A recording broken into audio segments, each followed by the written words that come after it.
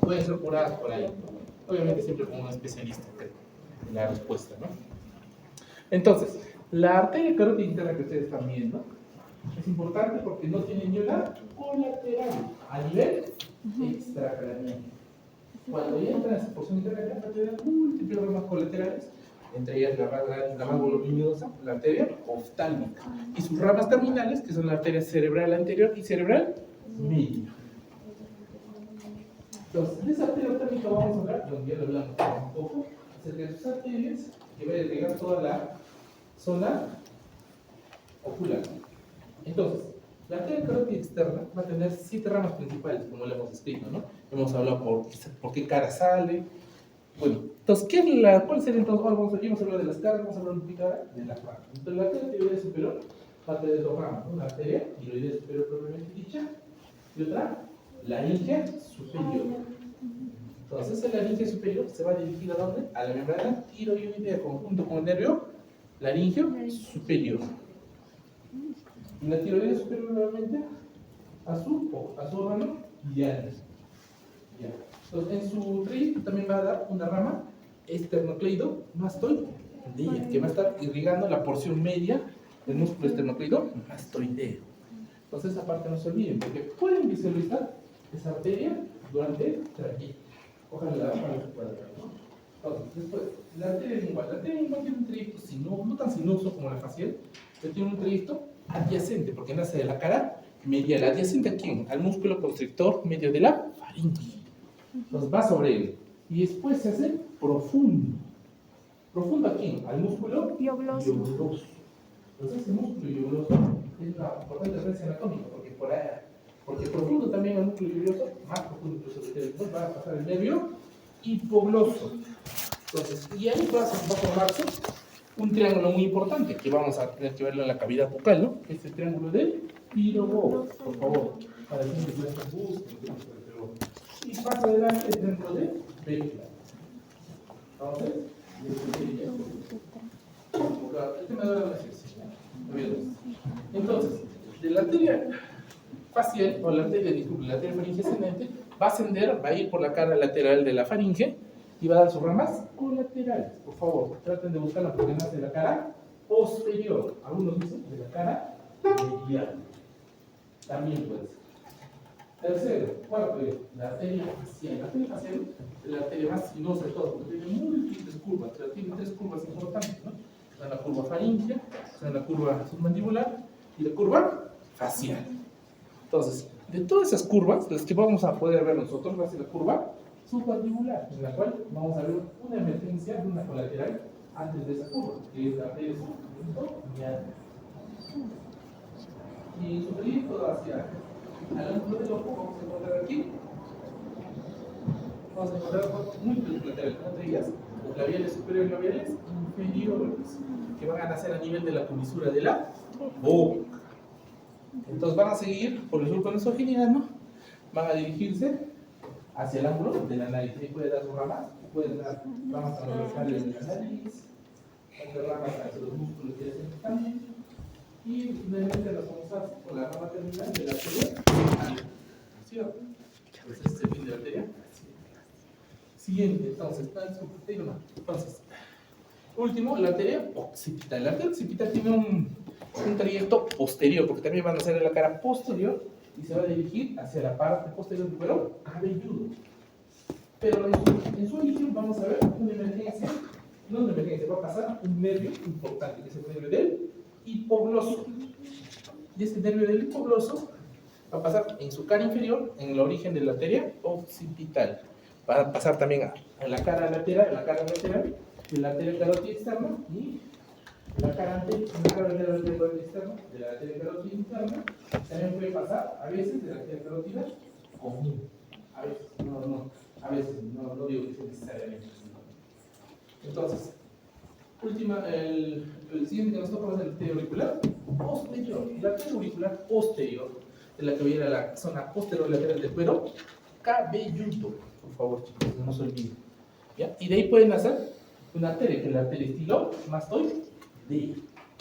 Esa arteria estilomastoidea es muy importante, ¿no? Porque va a entrar al agujero estilomastoideo y va a producir ahí sus ramas.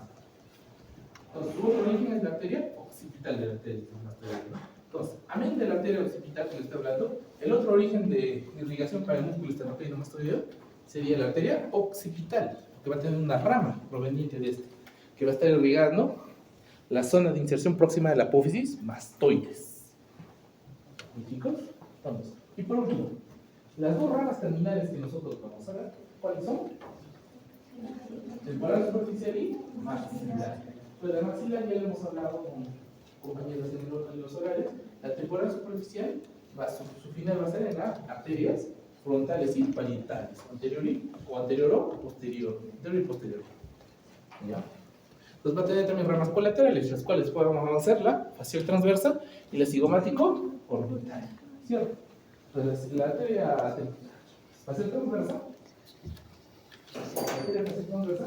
va a dirigirse a nivel o paralelo al concepto de paralelo al arco cigomático y va a pasar por el sistema musculoesquelético superficial, que va a estar en ese plano. Listo, entonces por último la arteria maxilar, que lo voy a dejar para allá la posición porque no está tomando tiempo. Entonces, vean esa relación, ¿no? Ahí del nervio hipogloso con la arteria occipital. ¿Lo ven, chicos? ¿No es cierto? Ahí ven su relación. ¿Ya? Entonces, el nervio hipogloso va a pasar debajo, incluso con su rama esternocleidomastoidea, ahí nos muestra esa arteria occipital. Y ahí también podemos ver la arteria tiroidea superior, la lingual y la facial. Y con la faringe ascendente, que es la que está acerca del sector medio de la faringe. ¿De chicos? Siguiente. Entonces, ahí también es otra imagen de la arteria del posterior que está dirigiéndose al grupo posterior lateral del cuero cabelludo. Y las ramas colaterales de la arteria temporal superficial. Siguiente. Siguiente. Ya está. Entonces, esto es lo que la doctora les ha preguntado. Esta es una visión posterior de la fosa infratemporal. Y es ahí podemos ver el ligamento esfenomandibular junto a la apófisis condilar del hueso de la rama de la mandíbula, ¿no es cierto? Y junto con la articulación temporomandibular. Por lo cual, vamos a ver el ojal retrocondilo de Ubar, ¿no es cierto? Ahí ven cómo lo está formando, ¿no? Y por donde está pasando la arteria maxilar. Y justo está dando bien. Justo ahí está dando su rama de la arteria meningea media. Claramente se ve bien. Y por eso yo les pregunto, ¿vamos a poder ver la arteria meningea media en las porciones segunda, tercera? No, porque proviene de la primera porción. Entonces, donde está esa arteria meningea media, también van a salir un poquito más anterior la arteria meningea accesoria o la arteria timpánica anterior. ¿Ya?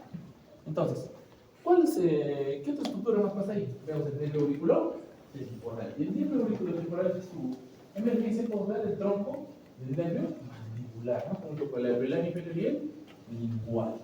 Y justo ahí, miren, en la cara medial de ese pequeño tronco mandibular que es extracapilar, vemos al ganglio óptico, ¿no? Que es un ganglio perteneciente al sistema vegetativo, que va a contener funciones simpáticas y parasimpáticas, chicos, ¿ya? Entonces, ¿cuáles son los tres ganglios vegetativos de la cabeza? El ganglio ciliar, el ganglio pterigopalatino y el ganglio óptico. Ya sabemos ahora entonces dónde están todos. El ganglio pterigopalatino, ¿dónde se ubica? En la fosa pterigopalatina, ¿no? El ganglio óptico en la fosa infratemporal. ¿Ya? En la fosa infratemporal, pero ya sabes su estructura anatómica para la cual ustedes deben relacionarla para poder indicarla, que es el nervio mandibular, el nervio, no está hablando, ¿verdad? El nervio. Y el ganglio ciliar. ¿El ganglio ciliar dónde se ubica? En la cara lateral del nervio óptico. Chicos, dentro de la cavidad orbitaria, obviamente. ¿Listo? Entonces, acá están todas las arterias que ustedes deben aprenderse para que puedan dar un buen examen. Y las partes ascendentes y descendentes. Conocer, por favor. Ahí lo dividen en 3 o 6, como saben mis compañeros. Y yo lo divido a veces en 4, me parece para mí es un poco más didáctico. Siguiente. Ya está. Entonces, acá quiero darles una precisión. ¿Ven ahí la arteria alveolar posterior superior? Ya está. Entonces, ¿Cuál sería la referencia anatómica para encontrar la arteria alveolar posterior superior? El músculo pterigoidal. Que esté adyacente, que está pegado, si quieren decirlo así, a la tuberosidad del maxilar. Es una arteria que está pegada, literal. ¿Por qué? Porque se va a dirigir a dónde? A la arteria alveolar, al conducto alveolar posterior superiores. ¿Ya? Entonces, por esa zona va a llegar a la cavidad bucal, ¿no? Después, a la arteria infraorbitaria que están viendo. ¿Cómo ubicamos la arteria infraorbitaria? La arteria infraorbitaria va a ser la última arteria casi, por decirlo así, ¿no? Que vamos a encontrar antes de que la arteria maxilar entre al trasfondo de la fosa infratemporal, o sea, la fosa pterigopalatina. ¿Y ven su trayecto? Se hace posterior a anterior. ¿Ya? Y por último, van a ver, hay la emergencia de la arteria meningia media, la arteria meningia accesoria y el trayecto de la arteria temporal profunda anterior. ¿Cómo encontramos la arteria temporal profunda anterior? La arteria va a estar sobre el ala mayor del esfenoides y va a dirigirse a la cara profunda del músculo. Pero obviamente más anterior que la temporal profunda posterior. Pues no se olviden eso, ¿ya? Listo, continuamos. Entonces, acá es una imagen para que ustedes puedan ver la división de las arterias del nervio mandibular y también del nervio óptico. Digo aquí el nervio óptico. Siguiente. Entonces, en esta imagen ustedes pueden ver la arteria alveolo inferior, ¿no? El que dice AAI. Después podemos ver el trayecto de la arteria maxilar junto con un tronco común de la arteria temporal profunda posterior con la arteria masentérica. Entonces, a veces puede suceder que nacen del mismo tronco o a veces pueden nacer de arterias separadas. No se sorprendan entonces, chicos. Entonces, continuando, podemos ver en ATPA que es la arteria temporal profunda anterior. ¿Y ven ustedes? Ven ahí que está profundamente adosada a esa zona. Entonces está dirigiéndose hacia arriba, ascendente, es una rama ascendente, ¿no? Dirigiéndose al músculo temporal. Y ahí abajo, lo que está señalando ahí la doctora, esa que ven pegada al hueso, pero en dirección descendente, es la arteria temporal, la arteria alveolar posterior superior. Como pueden ver en esa maqueta. Siguiente. Entonces, llegando a órbita, vamos a hablar un poquito ahí de las paredes o la estructura ósea de la órbita, ¿no? Entonces, la pared superior está formada por la escotadura orbitaria del frontal, ¿no es cierto? O el borde orbitario del frontal, ¿no es cierto? Y en la parte posterior, por el ala menor del esfenoide, donde está el conducto óptico. La pared lateral está formada por ¿quién? Por la apófisis cigomática del frontal, ¿no es cierto? Y por la apófisis frontal del cigomático, ¿no es cierto? Esas paredes que les estoy hablando, techo y lateral, son paredes muy resistentes, chicos, no se olviden. Entonces, después tenemos a la pared inferior. En la pared inferior, nosotros vamos a ubicar a la cara medial de la apófisis cigomática del frontal. ¿Junto con quién va a estar articulado haciendo una estructura? Con la cara orbitaria del maxilar. ¿Ya, chicos? Y junto a ese, posterior a esos dos, vamos a encontrar un pequeño hueso que va a integrar, que va a terminar de culminar esa pared inferior. ¿Quién sería, chicos? ¿Quién falta? Todos los huesos hemos hablado, falta uno. El unguis. El unguis es pared medial. ¿Quién es? El palatino. Muy bien. Entonces, ¿qué es eso?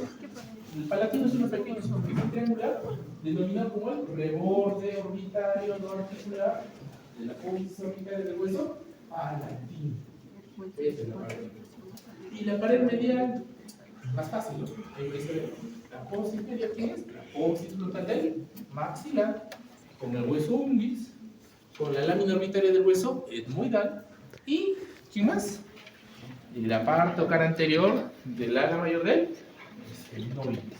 Y yo me pregunto, chicos, ahí vemos la fosa orbitaria, ¿no? Pues, ¿cuál sería el vértice? ¿Qué estructura? Muy bien, el extremo medial de la fisura orbitaria superior. Hay un segmento, ahorita puedes ponerlo. No, más a la izquierda. Más allá.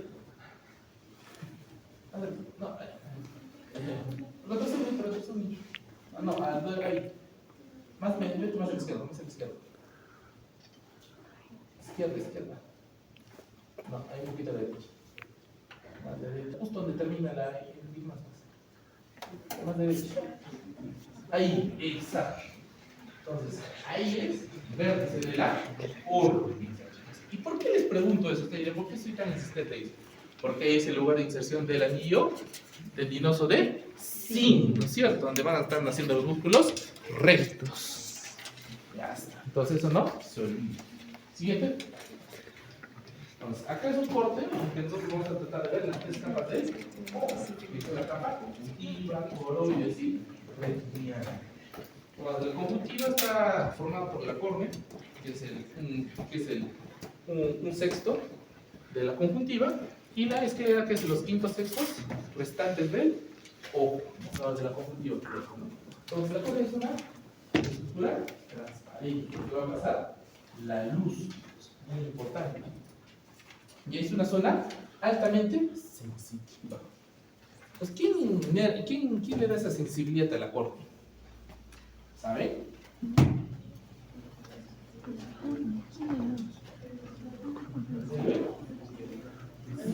Nervio nasociliar, rama del nervio oftálmico, ¿no es cierto? ¿Y por qué les digo eso? Porque esta estructura corneal es muy importante cuando se atiende a pacientes. Un buen reflejo corneal nos indica que el paciente, a nivel cerebral, claro, se encuentra bien, no exactamente bien, ¿no? Pero nos dice que el tronco está respondiendo, el tronco cerebral, ¿no? Entonces, que alguien no tenga un reflejo corneal bien, no esté bien su reflejo corneal, o sea, cuando te echan una gota loco, ¿tú cómo respondes? Cerrándolo, ¿no es cierto? Entonces, si no hay esa respuesta, puede indicarnos que algo esté yendo mal, ¿no? En ese tronco cerebral. Entonces, es un examen muy importante. Entonces, ahí también vemos, como pueden ver, dentro de la cámara córnea interior, vemos a la córnea, a la cámara anterior, está llena de humor acuoso. Vemos al iris, el proceso ciliares, y después vemos la zona de medio, ¿no? Que es la pupila. ¿Ya? Y más atrás vemos al lente. El lente llamado también cristalino, ¿cierto? Este cristalino es un lente bico de cuando se produce una lesión a nivel, o no lesión, se produce una opacidad en el cristalino, ¿qué pasa, chicos? Cuando se empieza a opacar, literal, se le llama la catarata, ¿cierto? La catarata, que es un problema de salud. Y por último, tenemos la capa coroide. La capa coroide es una capa donde vamos a estar pasando todo lo relacionado al llegar al ojo. Y por último, la capa retiniana, ¿no? Y esa capa retiniana es muy importante, ¿no? Porque es la parte nerviosa que viene del segundo nervio craneal o nervio óptico. Entonces, hay un lugar dentro de la retina donde se ve muy nítido. ¿Saben cómo se llama eso? No sé si tal vez la han escuchado. Se llama la mácula, ¿no es cierto? Se llama la fovea también, creo que mácula fovea es el lugar de más nitidez de la zona retiniana. No lo ven más los chicos. Siguiente. Uno más. Esta imagen ustedes deben estar grabada cuando nosotros vamos a revisar los músculos extraoculares. Es lo que vamos a ver. Entonces, en la vista superior, ¿qué vamos a ver primero? Vamos a ver el elevador del párpado superior. Debajo de esta, ¿quién vamos a ver? Al recto superior. Y más abajo vamos a ver las inserciones del músculo oblicuo superior. Ven, como ven ahí, tiene su polea de reflexión, ¿cierto? Y se ubica en la cara medial de la órbita. Pared medial de la órbita. Y también encontramos aquí al músculo recto lateral y el músculo recto medial. Entonces, una manera de ubicarlo, según esta estructura, es que el recto medial se encuentra entre el oblicuo y la porción muscular superior, orbitaria, ¿no? Listo, siguiente. Entonces, acá vemos una vista lateral, ¿no? En el cual podemos ver al músculo oblicuo inferior. Como ustedes pueden ver, el músculo oblicuo inferior no nace de la vía tendinosa, sino nace de ¿dónde? ¿Saben? ¿Alguien, por favor? De la apófisis frontal del maxilar. Entonces, su origen es el anillo tendinoso de sí. Entonces, son estructuras que ustedes deberían buscar y que sí se ven, chicos, ¿no? ¿Listo? Siguiente.